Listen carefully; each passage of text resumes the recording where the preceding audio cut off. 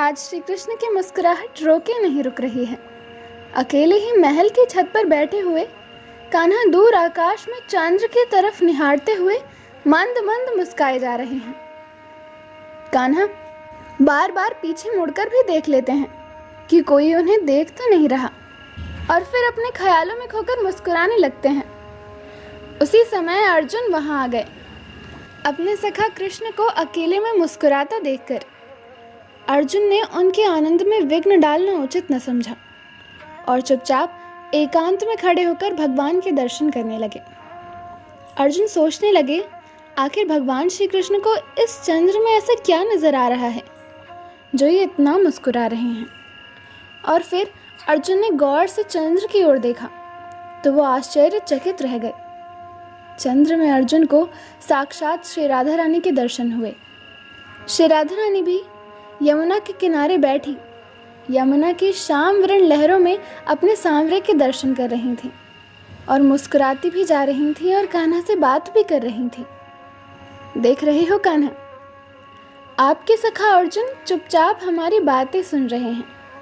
श्री राधा रानी यमुना की लहरों में अपना हाथ लहराते हुए बोली, अर्जुन से तो कुछ नहीं छुपा है राधे, वो तो बस मेरे आनंद में विघ्न उत्पन्न नहीं करना चाहता।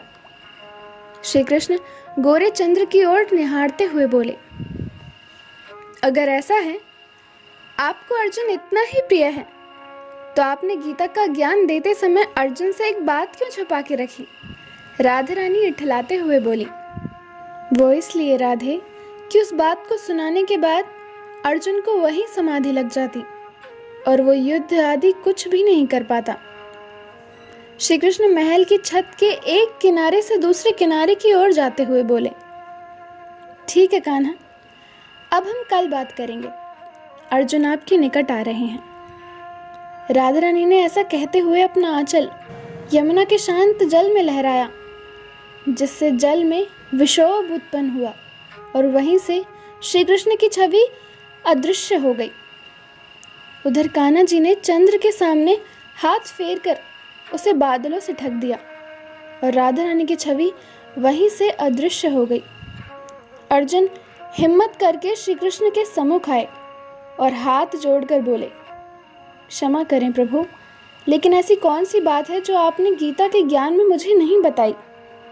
श्री कृष्ण मुस्कुराते हुए बोले, याद है अर्जुन, मैंने तुमसे कहा था कि मैं फिर तुमसे उस ज्ञान को कहूँगा जिसको जान लेने के बाद और कुछ जानना शेष नहीं रह जाता, और जिसे जान लेने के बाद मानव का वेदों से उतना ही प्रयोजन रह जाता है जितना सागर मिलने के बाद छोटे तालाबों से।